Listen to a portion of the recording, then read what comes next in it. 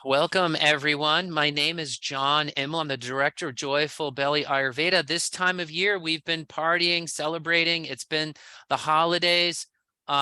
We've been trying to build up our strength all fall in preparation for the cold temperatures of winter. And so we're in a very unique time of year as we move towards January. We've passed the winter solstice, and now the sun is returning, and with that the heat, and that means that there's change. Change is afoot in our body. Some of you who have been developing your body awareness in Ayurveda may have already noticed some of the changes that are happening in appetite as we move as the season shifts. So we're going to discuss that tonight. What's going on? Where might some of your imbalances be coming from, and how those imbalances are manifesting? And then we will shift into remedies and what we should do about it. So all of that I find fascinating. I hope you do too, and I hope also that you find it very helpful and practical for maintaining your health. All right. And this is the kind of stuff that we love to study at the Joyful Belly School of Ayurveda. This kind of information, analyzing the seasons, analyzing environment, analyzing diet, putting it all together with the unique constitution of the individual. This is what we study in our programs. This is what we teach you to do professionally.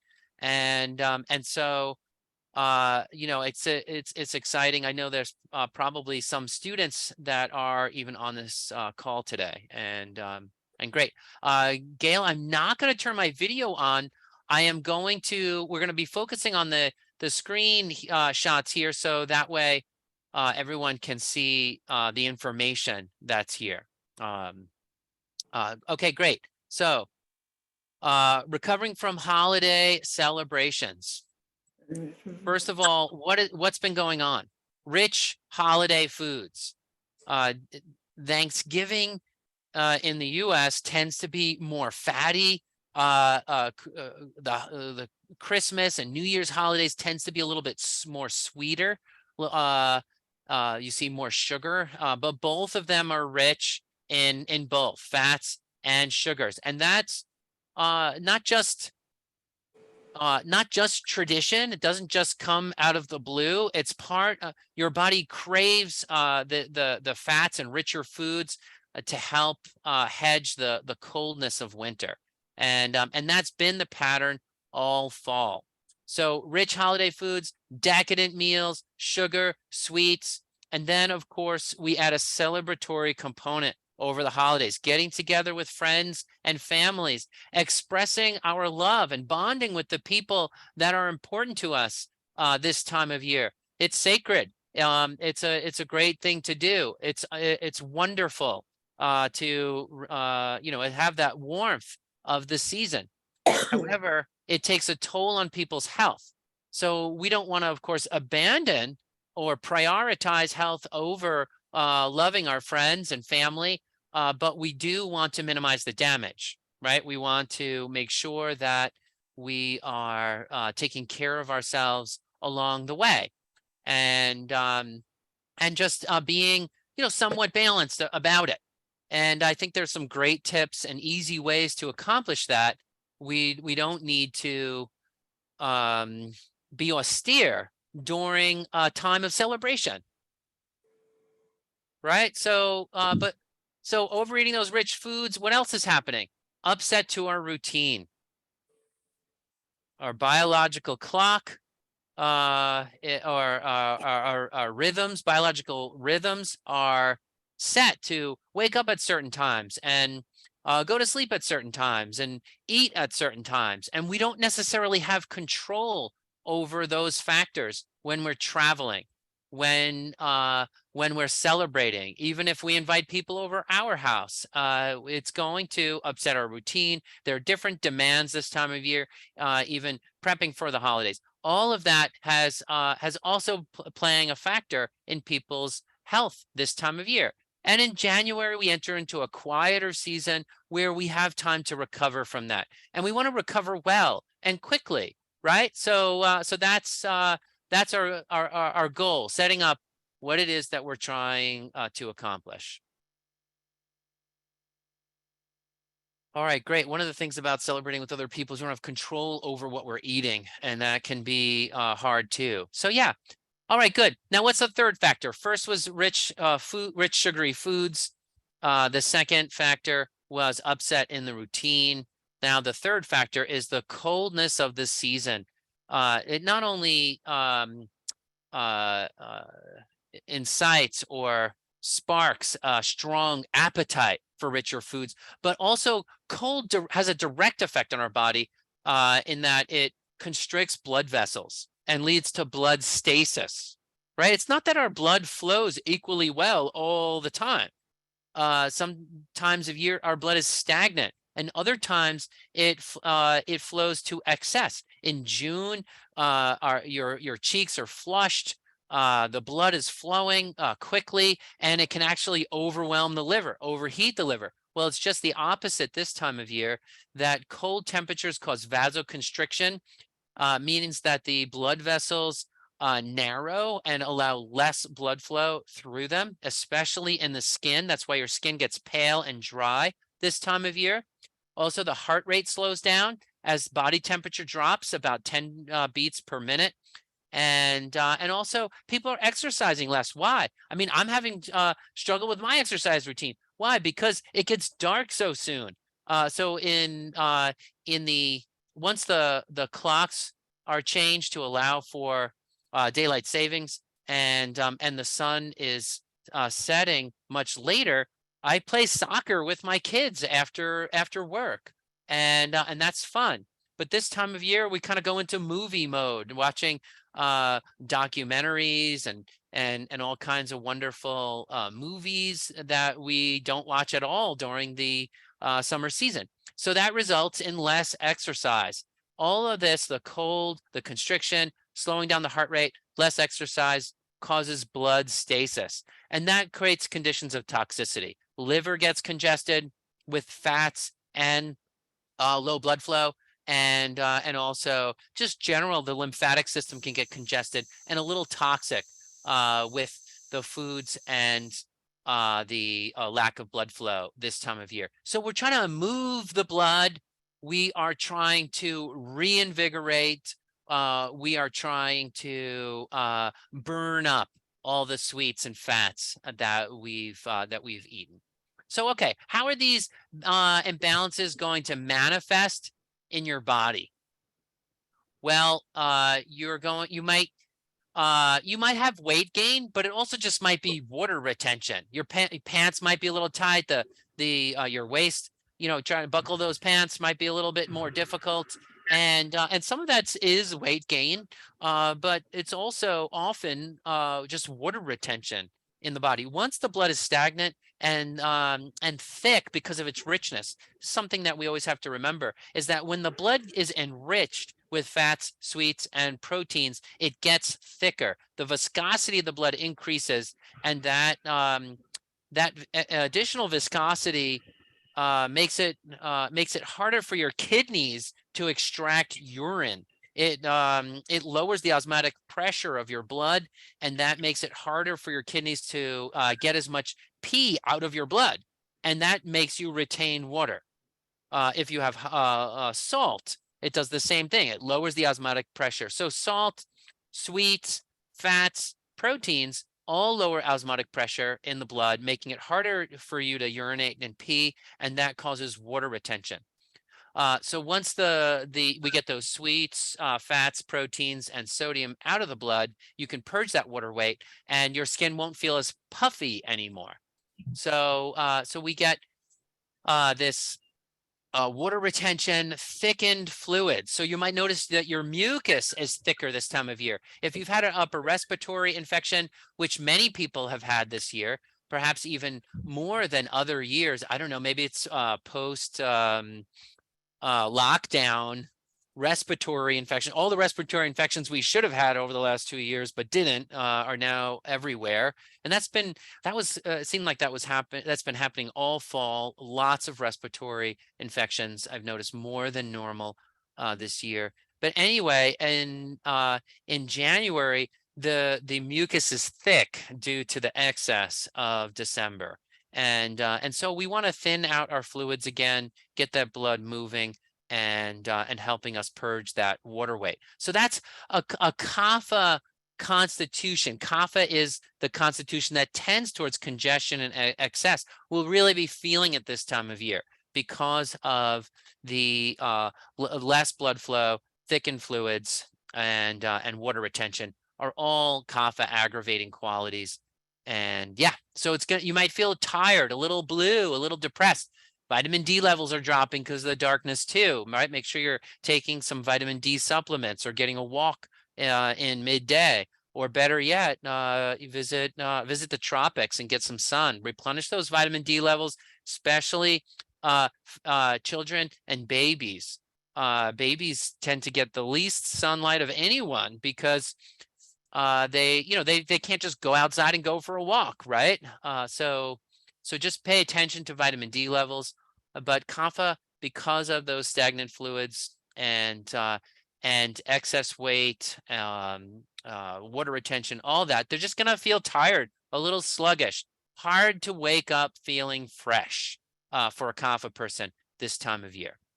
All right, what about our vata type? Vata tends towards deficiency, and so they're aggravated by changes in routine. Now, kapha people hate changes in routine, but it doesn't really affect their health as much. Vata people wholeheartedly embrace the change in routine and don't even notice that it is aggravating their health. So we want to just take it down a notch for vata. Remember, just calm down,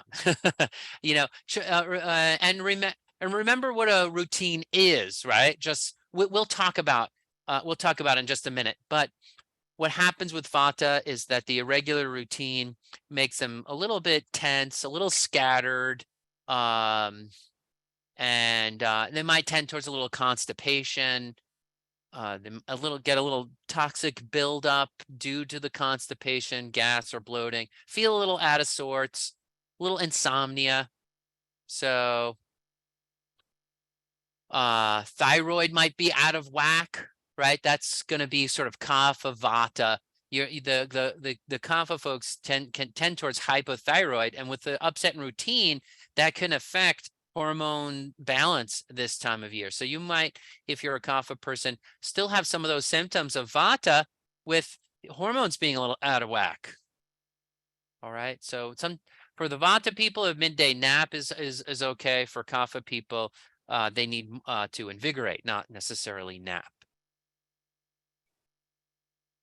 We're vulnerable to respiratory infections when our blood is sluggish and thick. When the thicker the mucus and the less the blood flow, the more you're vulnerable to respiratory infections. Why? Because the immune system's in the blood. So strong circulation and strong immunity go hand in hand. And strong circulation also clears the lungs of fluids quickly, whereas sluggish circulation and thick mucus tends to build up fluids in the lungs, and then the bacteria start to proliferate in the fluids, and then they attack your lungs, right? So we just want to keep the fluids moving. If you get that heavy, tight sensation in your chest, that's the sign of a respiratory infection onset. Just be thinking about bronchodilating aromatic herbs like thyme or holy basil, or eucalyptus diffusers, or things like that. That'll just help open up those lungs and keep things moving while you are trying to beat that infection. Okay. So respiratory tract can also go in the other direction. It could get dried out from indoor heating. Now, we had really cold temperatures a week ago, and now really hot temperatures. That whacks out your system. But when it was really cold, then the indoor heating kicks in and dries out the air. So that if that's happening to you and your system is getting too dry, you can think about it putting a humidifier in the room. Because we're traveling, we're coming in contact with new people, and they may infect us. And that's just the way it goes, right? So keep your vitamin C levels high, zinc, just all the nutrients that you need to keep your immune system strong. Echinacea stimulates your immune system into higher gear so that you can help ward off those infections. If you feel the onset of infection, take care of it right away. If you're waking up in the morning with a sore throat, even if you're not sick yet, just treat yourself like you are sick. And that's going to just get everything revved up and help you protect yourself so that even if you do catch it, it's going to be shorter, less severe, etc. All right. Again, with the vitamin D, there are times when I notice I wouldn't say depressed because that's not a part of my constitution, but I just start to feel it's just a little sad or just a little off or something like that. And I'm like, you know what? I start to recognize there's a particular kind of sadness that I associate with low vitamin D in my body. And you want to get to know your body too. What does it feel like when your vitamin D is low? I can feel it at this point. I take a few drops and 2 hours later I'm feeling fine again. And that kind of awareness is something that we want to build. It's something we teach in our courses, and it's something that we just all want to be on the journey of building that body awareness so that we can take care of ourselves. And again, it has psychological as well as physical benefits.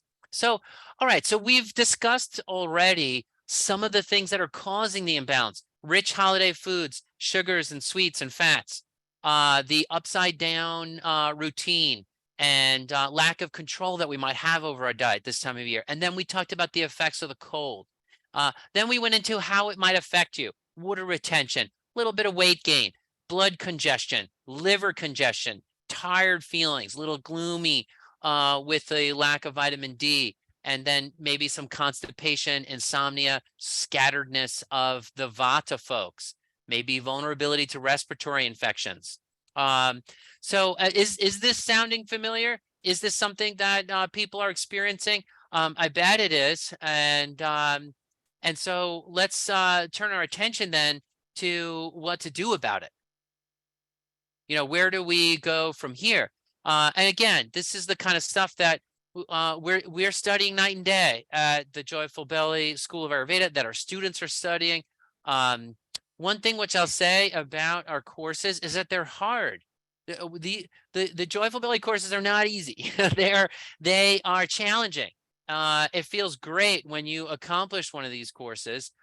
We push our students to think and to be able to do this kind of analysis on an individual client by client level, but also even on a more general seasonal level, so that we produce excellent clinicians. Our school is known for its high quality of clinical training, and also I'll just say something that's great and unique about Ayurveda is that we teach our students how to communicate these principles to the community, to your clients. It's not enough just to know Ayurveda, but we have to be able to teach others about it, because that's what you do as an Ayurveda practitioner, is you teach people how to help themselves. If you become an acupuncturist, you'll be sticking needles in people. You don't necessarily need to teach them how they should fix themselves. But in Ayurveda, we're teachers, and I think that's something really unique and wonderful about Ayurveda, is that we are all teachers in the field of Ayurveda. So I just want to say, even already, you've learned a ton from this call. And if this is the kind of thing that you're excited about learning, that you want to learn more, you've seen over the last few days, we've promoted $1,000 scholarship. Anyone who's here on this call and finding that they really do want to do this, I'll extend that $1,000 scholarship that we had offered for the last few days, I'll extend it another night for you. So if you register anytime before midnight tomorrow night, then I will apply that scholarship to your account. This is for anyone who attended tonight's presentation live. I just want to, I just also, I just want to congratulate you for showing up. I mean, it's important to know how to help yourself, your family, your friends. So, all right, let's get back to our presentation here and talk about specific tips. What can we do? Well, first is, it's not like we're celebrating 24 hours a day, right? It's not 7 days a week, 24 hours a day. There are times where we were out celebrating, and then there's times when we are back in our personal space. And just don't overdo it or overschedule your downtime. In other words, when you're not celebrating, be taking care of yourself. That's just, that's very general, but it's important to say it, right? That in between the social events, rest. Start the fire in the fireplace. Make yourself a cup of hot cocoa. Sit on the couch, read a book. Just get the downtime between the celebrations. Encourage that silence, stillness. Embrace the silence, the stillness, and the deep quiet of winter. Right? We'll get a chance to do that in January. Reharness your energies. This can be, the winter can be the time of year of least body awareness, and so, but it is a contemplative time, right? So you can balance out the numbness that we might feel in the cold weather this time of year with just that sitting and considering and contemplating what the new year might bring. Okay, so yeah, getting organized. What is a routine? When we talk about having a great health routine, it doesn't mean that you're doing 100 things in order to stay healthy or taking your 15 supplements and all that kind of stuff. That's at its most simple level. A routine is eating, sleeping, and waking on time. So I just want to make sure that we say that, right? We want to start at start simple, start obvious. A good routine at its most basic in its most basic level is eating, sleeping, and waking on time. So try to find some order within the chaos with that. When you're not with friends, have simple meals with lots of vegetables this time of year. So we're moving into a time of year where ferments should, you'll naturally have an appetite for ferments, like pickled pickles and pickled garlic.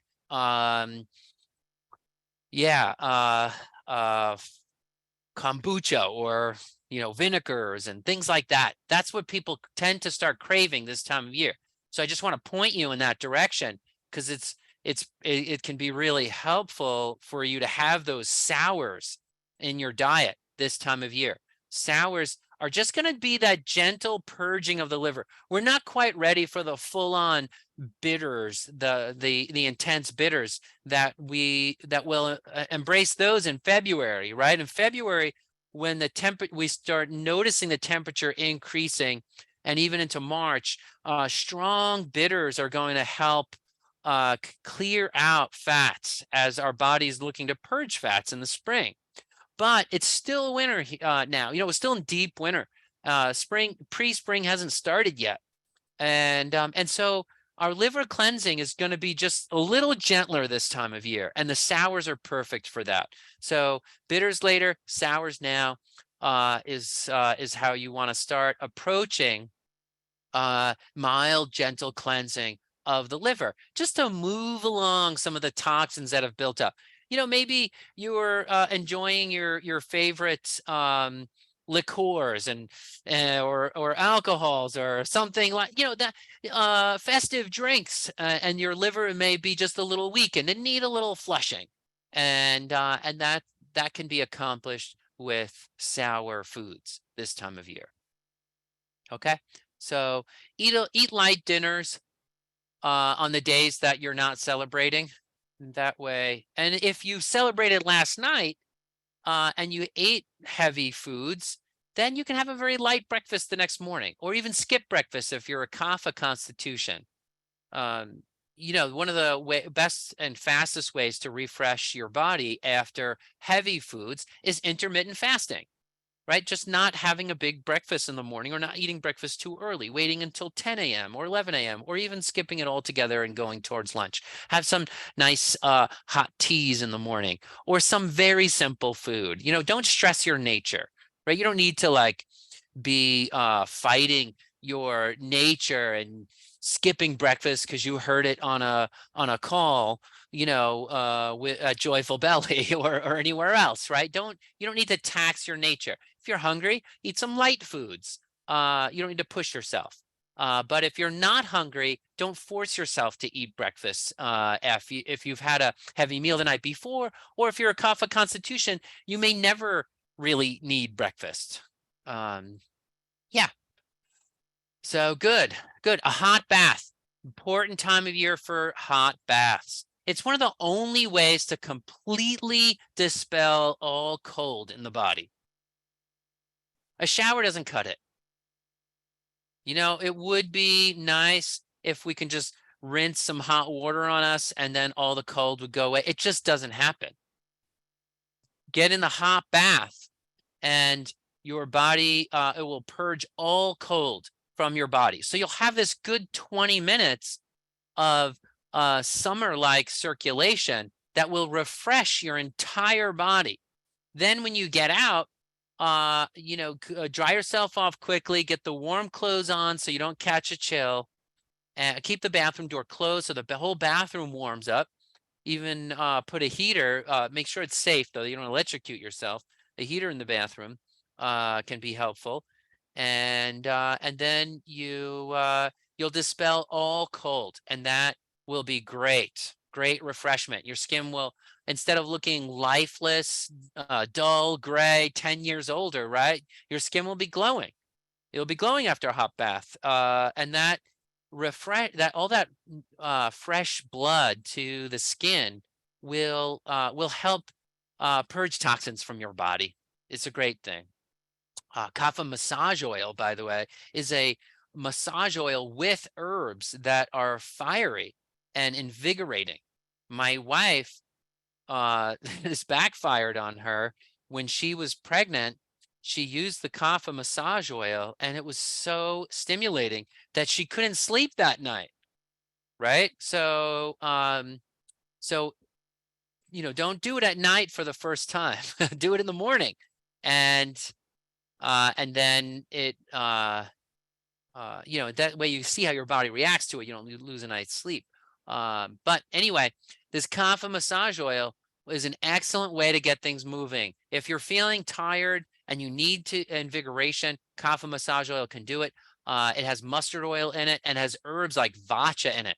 Another very stimulating, invigorating hot bath is to put some baking soda and ginger in the bath. And you can search on Joyful Belly for the recipe for that. Be totally refreshing for you. All right, great. And make sure you are getting some exercise. You can buy some 5-pound weights. That's what I do at home. I have these 2 5-pound weights, and I do all kinds of upper body exercises with it. I do some stretching and do a few push-ups. I mean, doesn't have to be very sophisticated. Just get your body moving, get your heart rate up a little bit, get that blood moving, go for a walk, or if you want to make it even more fun, go take a dance class or something like that. But in any case, do something that will get your blood moving a little bit to help balance that stagnation. All right, I mentioned already that in January, your appetite might start to wane. Now, that's alarming to people who love food. I see it all the time in my clinic that a person, it's like I just don't, not hungry anymore. I lost my zest for life, and they're trying to eat things to enjoy food, but really they're just not hungry. That happens to people in the spring, and sometimes it's even unconscious. Unconscious. If you're not hungry, don't eat. And once January, February rolls around, if you've been celebrating, if you've been eating heavier foods, or if it's a warm day, the last few days here in the United States have been very warm, and I just haven't had an appetite. So I've eaten light foods, or maybe I'm hungry twice a day instead of 3 times a day. Don't be alarmed by that. Your appetite will return later on. But in the spring, it's natural for your appetite to wane, especially on warm days. Maybe you can't feel changes in your appetite yet. Maybe you're still developing that awareness. That's something that we spend a lot of time on in the course, is developing our body awareness around food, food cravings, and how very specific body awareness on how individual foods affect us, so that our students can expound on the differences on how they might feel between eating watermelon and a cantaloupe, or daikon radish and horseradish, or things like that. They become very adept at that. And that's in a very big way what Ayurveda is, right? You could do a mini cleanse this time of year. That can look like khichdi. Here's the spelling. You can see it on the screen here. If you don't know how to spell that, khichdi is generally just beans and rice. Typically split yellow mung beans that have the skin taken off of them with rice. That's typical. That's typical khichdi. Or you might use the masoor dal, red lentil dal. But you don't have to use that. You could do black beans and rice. You could use other beans too, depending upon availability and your digestive strength. Split yellow mung beans are a little easier to digest than black beans. Black beans are much easier to digest than white navy beans or pinto beans. Pinto beans are quite hard. You can cleanse with something simple like sweet potatoes, kale, and black beans. That's a recipe on Joyful Belly. A ginger carrot soup.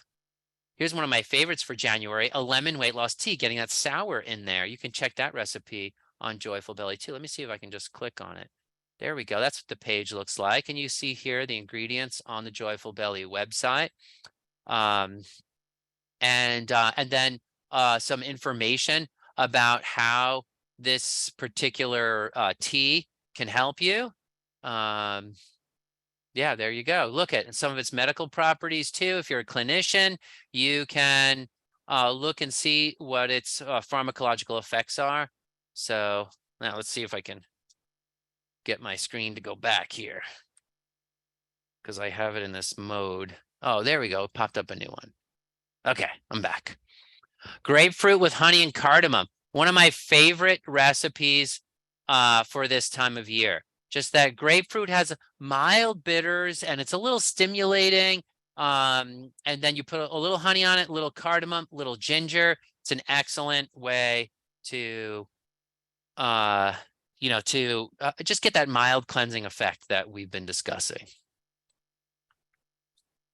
All right, good. Even chicken soup with sweet potatoes instead of rice. Chicken soup with kale and sweet potatoes. While meat is not classically used for cleansing, because meat is very nourishing, it's still relatively speaking light compared to, say, mashed potatoes with steak and and soda or something, right? So yeah. Someone's asking here in the chat, how do you do a khichdi cleanse? Basically, you could just eat it for 3 meals a day for 3 days, or if that, and you could vary it up with different vegetables in it, so it doesn't feel like you're just eating the same thing for 3 days. But you'll use it as a base. You can even change the bean that you use, or you can put kale in one, or cabbage in another, or carrots, or sweet potatoes. Just vary it up a little bit. Vary up your spices. Put some coconut flakes on one with cilantro, or on another one you can use cinnamon, black pepper, and the North Indian spice mix, or use a Mexican spice mix, chili powder or chipotle, or just vary it up so it's interesting for you. Um, Zucchini, yeah, just vary it up with vegetables and spices, and you'll get quite a variety, even though you're cleansing. So that will be fun. Cabbage soup with carrots and apple cider vinegar. One of my favorite recipes is red cabbage with balsamic vinegar. Just saute that with a little bit of coconut oil, red cabbage, and pour some balsamic vinegar in it, black pepper. It'll be delicious. And you'll be surprised. You probably will eat the whole head of cabbage on it, because it just feels like the right thing in many climates for this time of year. Okay. So do a little wheat, dairy, and sugar fast. 7-day wheat, dairy, sugar fast. Now, we don't want to fast in a harsh way this time of year. It's still winter. It's still cold, right? We're not going to pretend that that it's April or May when we can do more austere diets. We need to keep warm. We need that energy. Don't let your immune system be weakened by not eating enough. However, as long as you are eating substantial foods, you can fast from wheat, dairy, and sugar. Anu's asking, if you move from 3 meals to 2 meals, when would you eat? I would just eat, lunch and dinner. But yeah, you can shift them up a little bit. Maybe have your lunch at 11 and your dinner at 5 p.m. You could do that. Yeah. You can, instead of wheat, just have some lighter whole grains, millet, quinoa, amaranth. Basil, great spice, nice and warming. Bay leaf, if you can get fresh, good bay leaf, so aromatic and fiery. Real bay leaves, hard to find though. I just ordered a pound of bay leaves from an herb company, and I just want to see if they're gonna send me good quality aromatic bay leaves instead of the dead cardboard that you often get at the grocery store. Oh, someone has a huge tree. Awesome, Wendy. That is great. That is great. So Wanda's saying she lives in Hawaii, and here it's always summer. So then you follow mostly Pitta diet. Wanda, that's a special case. You have to. Is it always in different climates? Sometimes there's a wet season and a dry season. Not necessarily cold and hot, but there can be a seasonal component. Wanda, if there is no seasons in Hawaii at all, then I would eat according to the imbalances in your body. You don't need to eat with the seasons if there are no seasons. Good question. Good question. Yogurt is a special case, Alex, for dairy. Alex is asking, even though yogurt is dairy, should it still be avoided even though it has the probiotic? Yogurt is fermented dairy. It's just not as heavy, and the sourness helps move things along. So Alex, that's a different case. And you can even turn that into a lassi, mix it with some water, some spices, and there's some great. One of my favorite lassis is a wedding drink in Bangladesh, where they put cilantro, mint, cumin, and cayenne. Am I remembering this recipe right? But one of my favorites. I remember drinking it when I was living in Bangladesh for whenever I went to a wedding, and I loved it. So anyway, lots of great lassi recipes. Not just mango lassis out there. There's other kinds of lassis out there. All right. Dessert options. Aparajita is asking about dessert options for a cleansing meal. And I would say your fruits. How about plums? Plums with cayenne pepper, stewed plums with cayenne pepper, and that could be tasty. Or bake it. Yeah, bake it so you get a little caramelized sweetness on the outside, and yeah, put a little bit of spices on it. That would be good. Yeah, stewed apples. We have kapha pacifying desserts on Joyful Belly. Let's see here. If I jump over, oh yeah, okay, good. I can do that. So let's see here. let's jump over to Joyful Belly. And if we go to the diet and recipe section, you can click on food and we can look, let's see here. What do we got? What do we do? Foods for kapha. Oh, recipes. We need to go to recipes. Hold on. We're not going to go to food. We'll go to recipes, and then you can search on the meal. So we can do snack desserts, and let's see if we've got any desserts here for kapha. So I can refine my search for reducing kapha, and here you go. Here's some kapha pacifying desserts: baked pear with cardamom. Apple chutney with Indian spices, baked peaches with vanilla, nutmeg, and cloves. Let's see here. Honey and spice is a little, that's more for throat issues. Let's see. Baked apple with rosemary, anise date balls. So yeah, there's some good ideas for you, and there's some more in there. So check out those options. There we go. Basil. Yeah, if we look at basil here, you can see you can again use that same refine your search tool for searching foods, right? So you get exactly what you need. And then when you're on the basil page, when you can see the write-up, you can take a look at all the medicinal properties, but I want to show you some other cool things on here too. You can compare basil with these foods.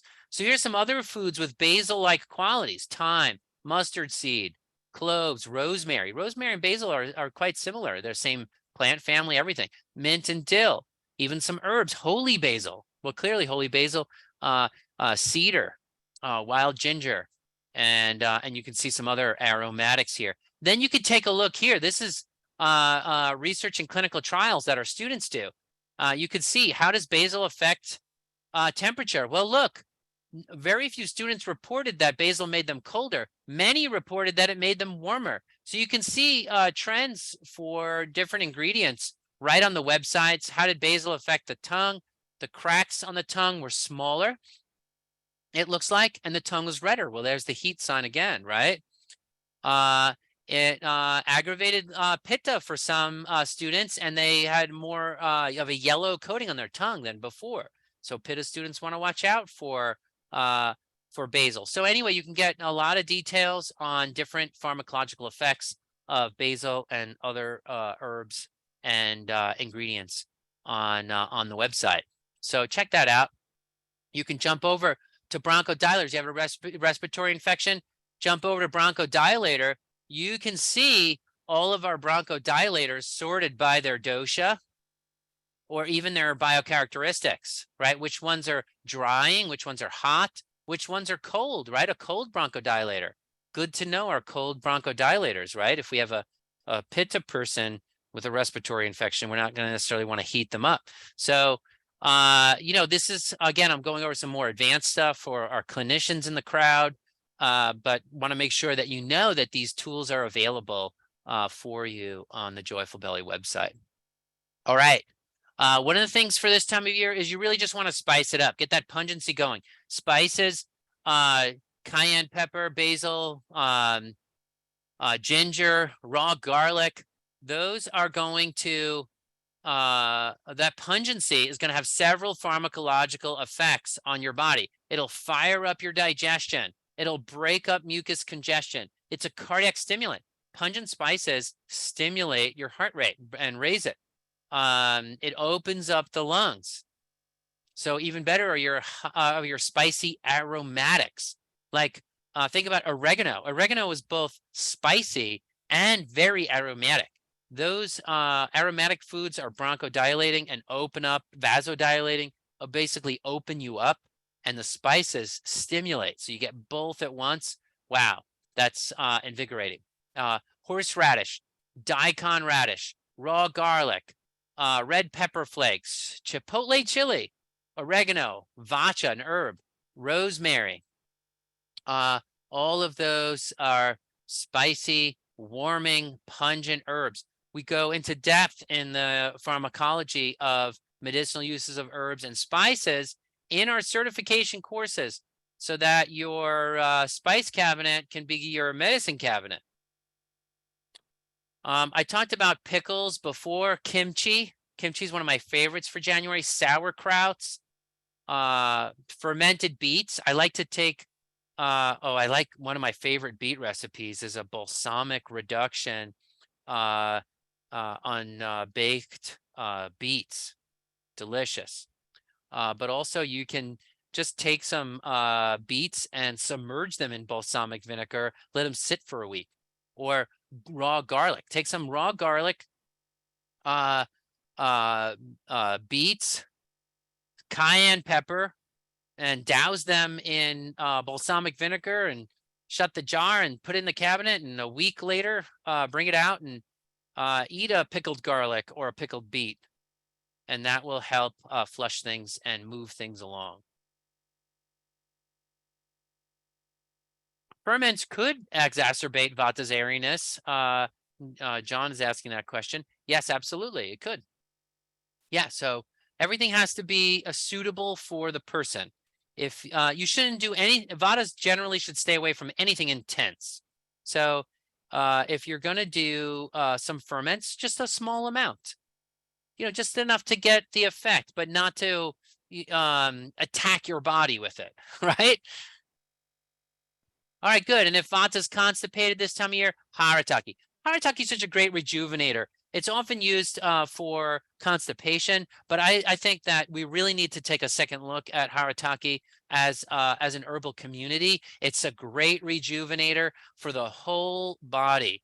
And I just think that it's one of those herbs that just everyone should know, right? We kind of all know turmeric these days, right?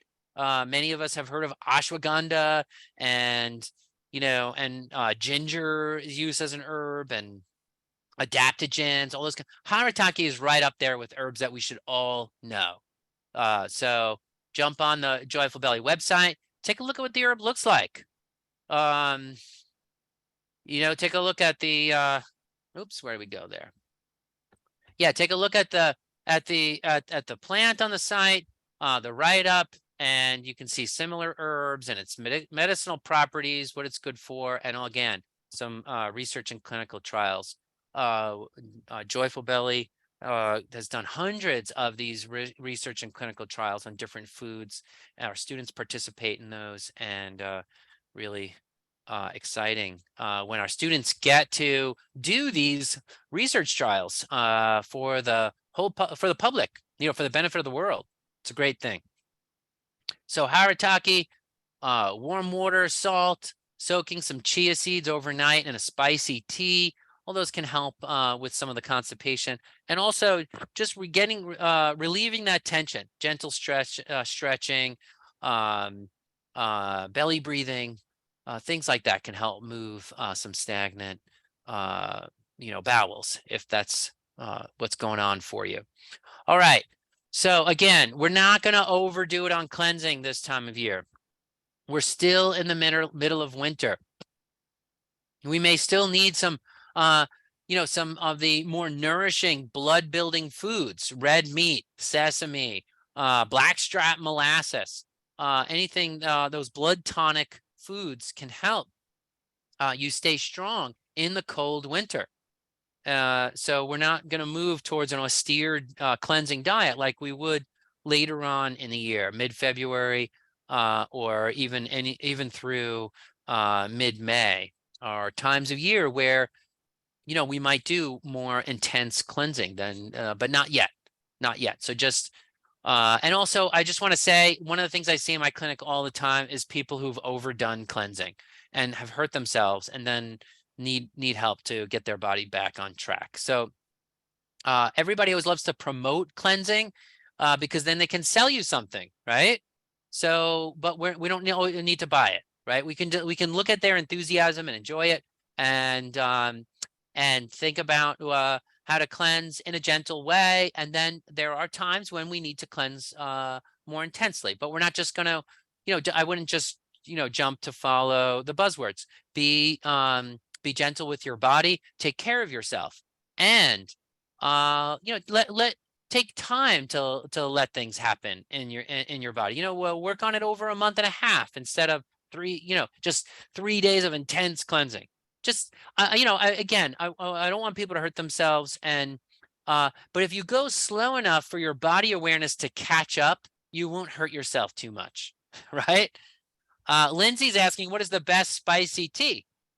Well, Lindsay, that's a kind of question that I can only answer in the context of a consultation. It's better to say, what is the best spicy tea for you? Because I can say that with 100% certainty that very few people will have the same best spicy tea. It depends on constitution, depends on season, when, what amount, all of that. For Vata people, I'm going to give them spicy milk. Right, gold milk with with 10 skinned almonds and a date blended into it, so it's like a thick, rich beverage, right? But for a kapha person, I'm going to give them bay leaves and basil and star anise, black pepper, and things that are just going to be drying and opening and moving for them. So yeah, very different depending on the person. And that's why, you can Google, if the answer doesn't involve an individual, you can just Google it, right?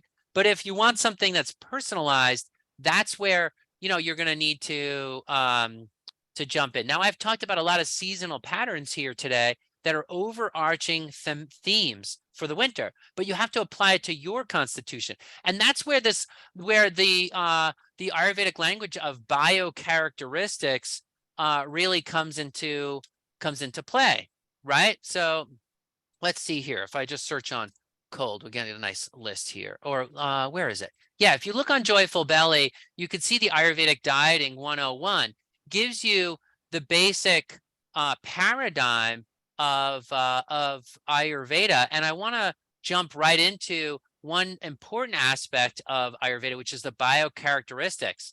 And let's just click to jump in on that. What the biocharacteristics are, these basic therapeutic qualities in the body. So when we're looking at applying Ayurveda to an individual, Lindsay and others on the call, we want to ask ourselves, okay, so on the call, we learned that we need to do more spices this time of year, but is my constitution hot? And you might say, Lindsay, oh, I don't know if my constitution is hot.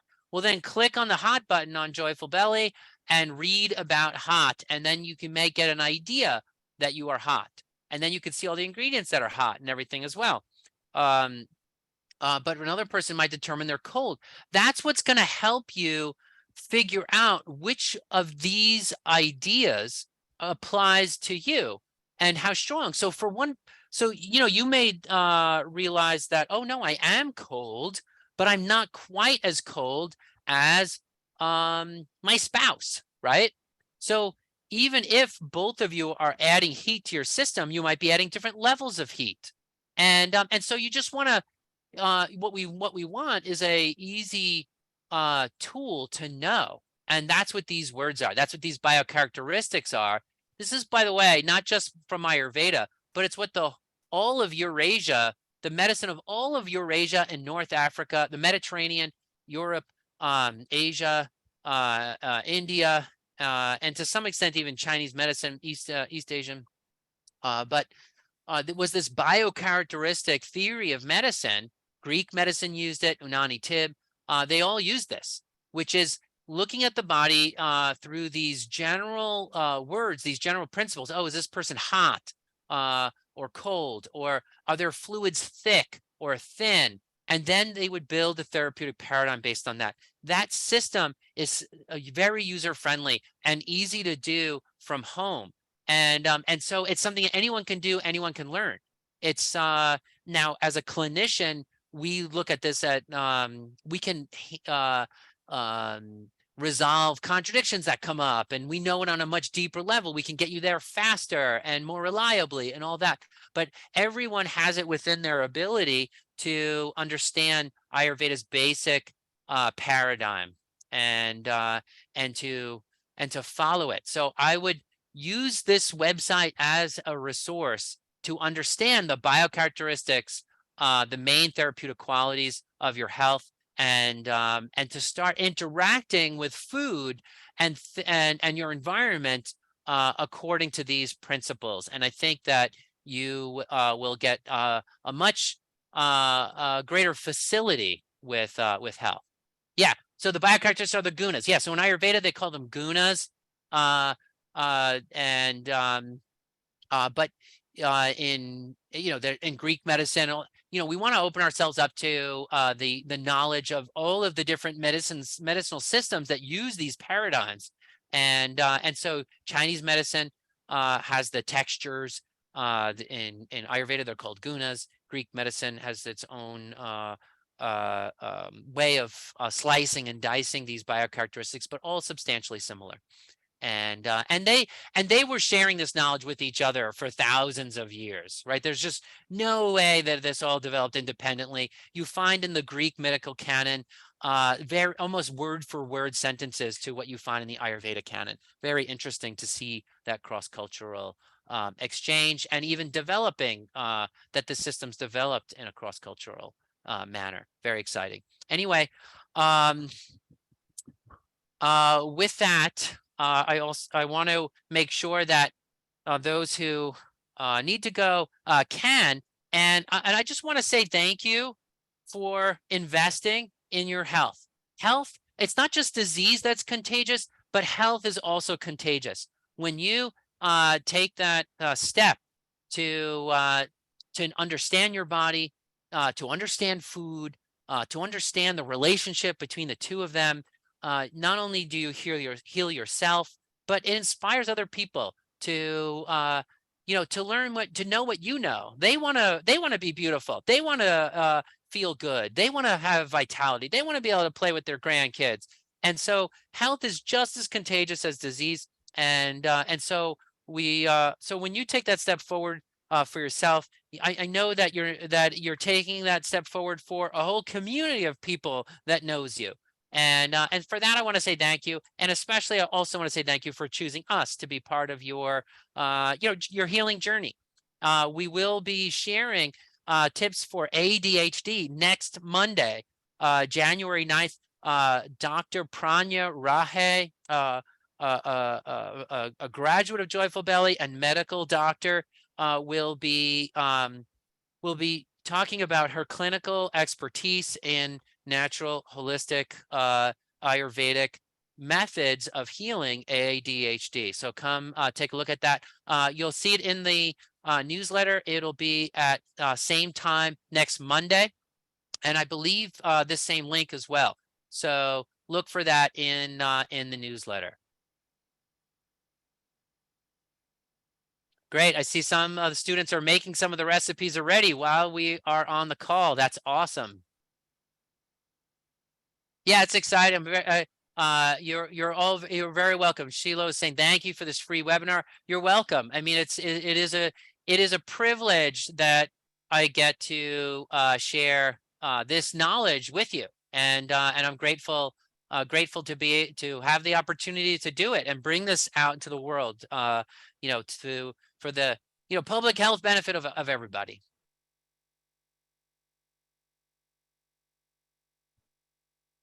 All right. Now, some people I remember asked about things like cholesterol in the pre-conversation.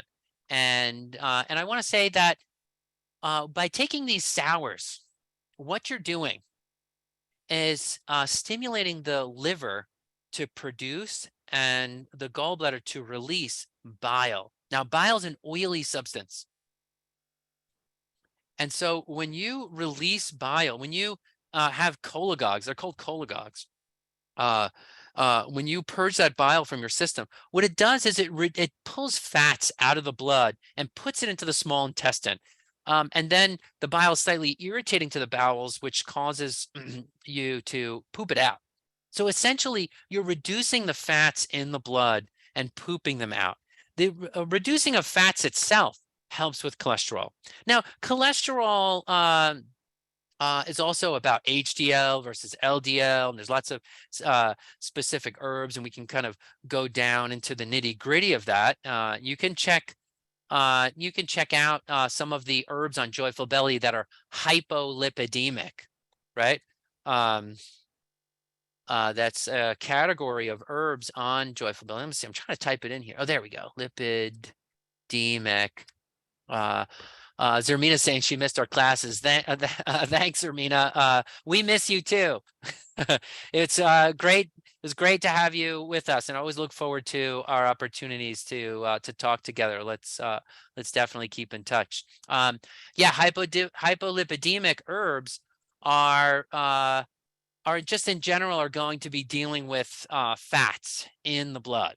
So sours, bitters, but also, we want to look at what is dangerous about cholesterol is the potentiality of plaque formation. Now, why does plaque form on the inside of blood vessels? Well, the plaque is your body's response to a blood vessel injury. So when your blood vessels are injured, your body tries to repair it. And in the process of repair, there's a little bit of plaque buildup, right? A little bit of scarring as well. So you get some fibrosis of the blood vessels and some plaque buildup. And and then that's what causes the eventually atherosclerosis and hardening of the arteries, and then ultimately can lead to cardiovascular pathology, right? So when we're thinking about cholesterol, we want to be looking at things like hypolipidemics. We want to be reducing triglycerides generally in the blood. We want to be keeping the liver nice and fresh, because the liver is where the cholesterol will come from. So we're going to reduce alcohol, smoking, other toxic exposure, and also increasing bitters and other things, sours that will flush the liver. And then hepatoprotectives, which will have a liver tonifying effect. All of those will tip the scales in your favor for your HDL, LDLs being in the right place, and all that's a factor in how you're dealing with cholesterol. So hopefully that's a direction that's enough of a direction to point you in for the moment.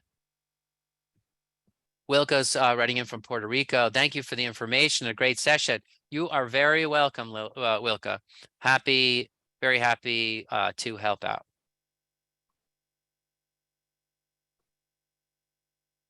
All right, I see another question here. What if you're a mixed dosha and the recommendations for each dosha are contradictory?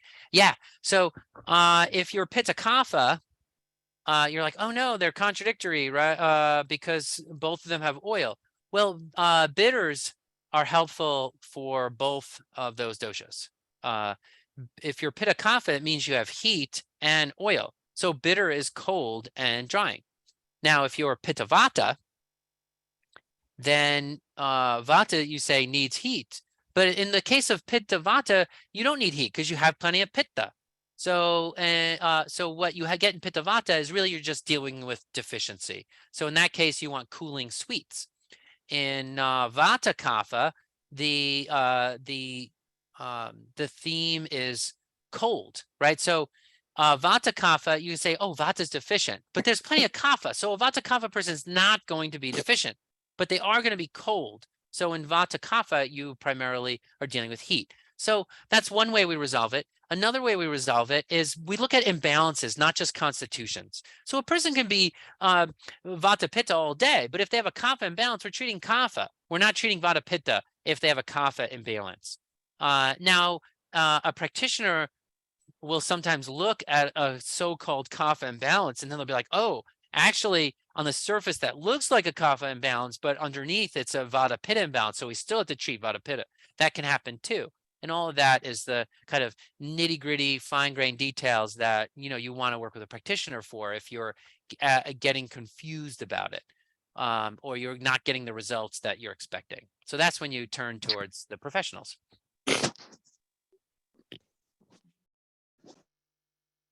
I see some hand up here. Yeah, so let me know your question.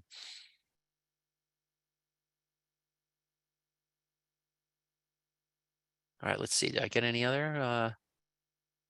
Diverticulitis regarding chia and flax seeds. Well, Wendy, for diverticulitis, Well, one, for diverticulitis, that's an acute condition, right? Where diverticuli is infected.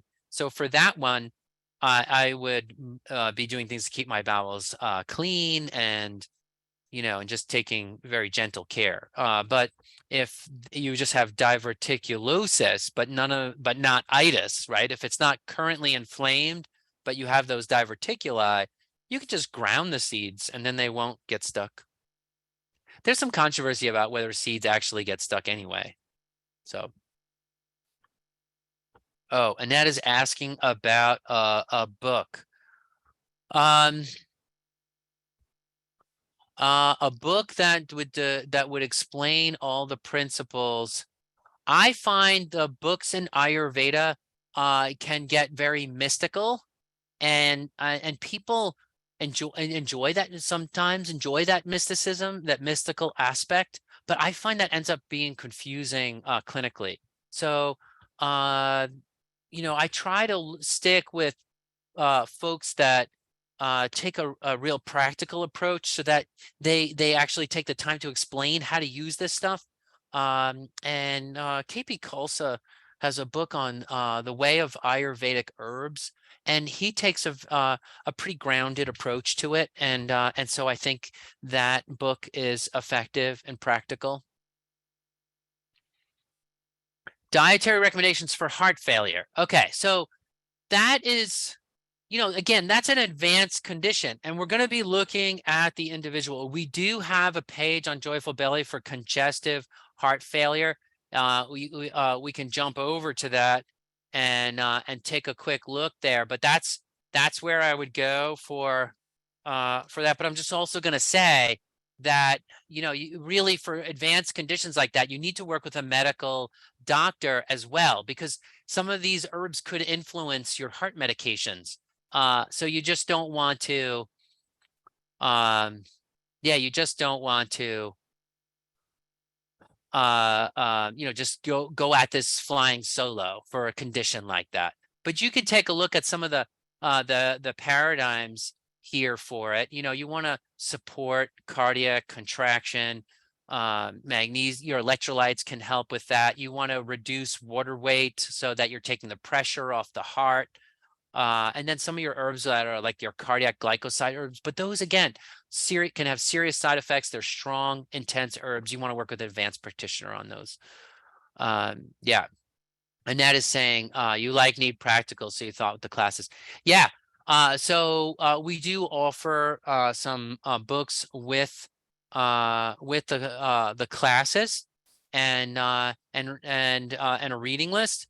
And so yeah, once you sign up, we will offer that. But I'm also just going to say that,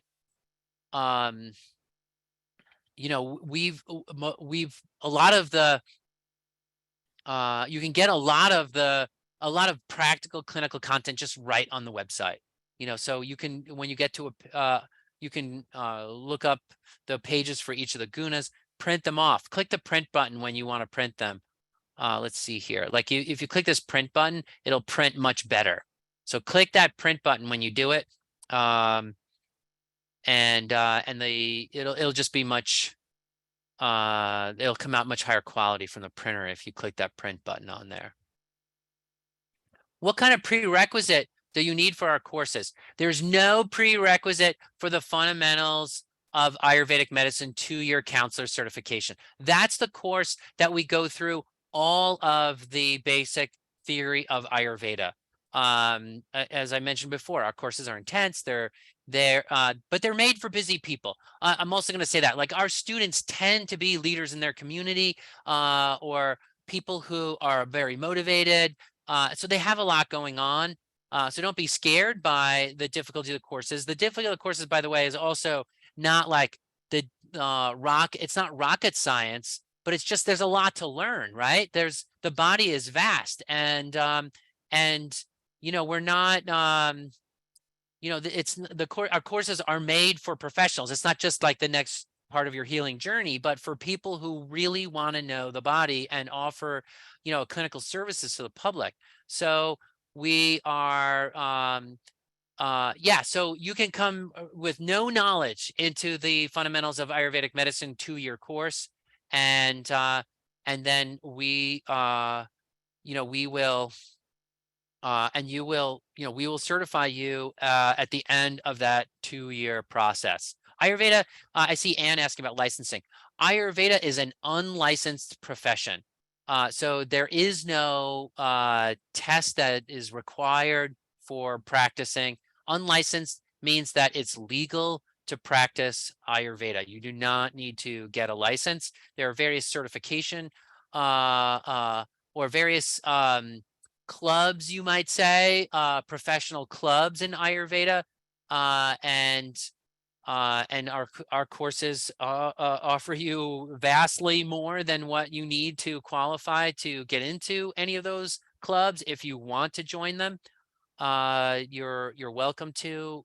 We are members of a few of those clubs, and then there are some of some clubs also that we stay away from, just because of their focus. But anyway, yeah, you do not need to take a licensing test, and but you will take a test to graduate from our programs. There will be a final.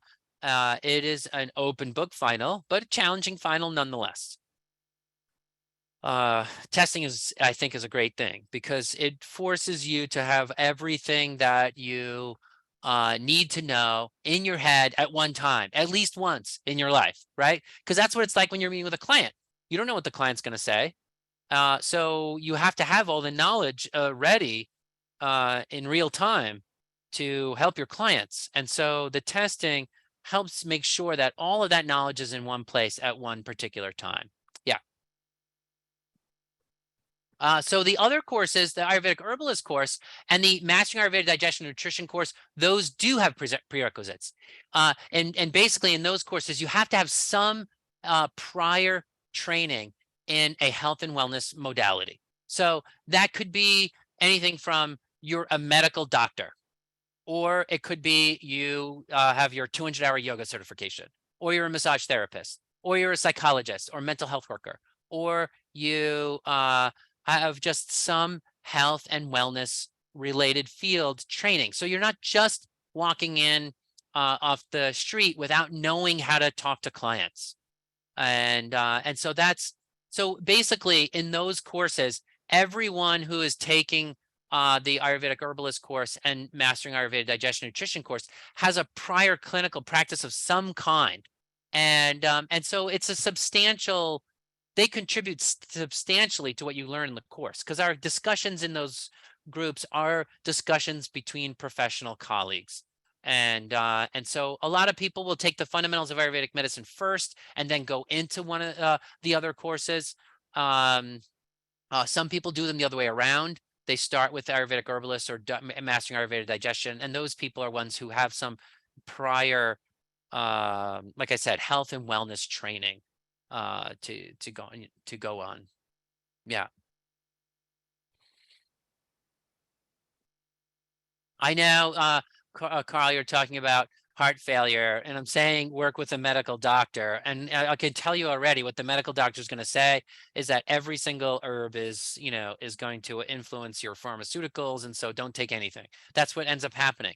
That's what happens even with blood pressure meds and cholesterol. It's like, oh, every herb interacts, and meanwhile, there is I think maybe one reported death in the last 10 years for herb drug interaction, while the drugs themselves kill hundreds of thousands a year. But they're always making a big hullabaloo about it, and there's the real risk of a lawsuit around it. So, I know that's a disappointing answer, but it's also it is important when you're dealing with these cardiac glycosides, and especially in the area of the heart, that you're just in the hands of an advanced practitioner, and you should check with your medical. You should try to find a medical doctor that can work with your holistic practitioners, and it's worth it, especially for something that could potentially be life-threatening, like a heart issue. You want to find your great practitioners, and work with them. So yeah, and it's good to be careful. There's nothing wrong with that. It's good to be humble too. Good for Ayurveda practitioners to be humble. I always take a very humble approach to my practice, and that's a good thing. That's a very good thing. So that way my clients participate in their healing plan, and I work to teach them and to educate them. And but they take an active role in interpreting the results, right? So they take an herb. Does it feel good? Not good? How will they know? We talk about that in our sessions. So it's not just I claim to be master of their body. No. It is a practitioner-client relationship. All right. Thank you, everyone. And I hope you have a wonderful and happy and healthy new year. I hope we get a chance to talk again soon. Please join us next Monday if you'd like to learn about ADHD. Take care. Have a wonderful night. Thank you, everyone. Take care. Thank you. Thank you very much. Thank you.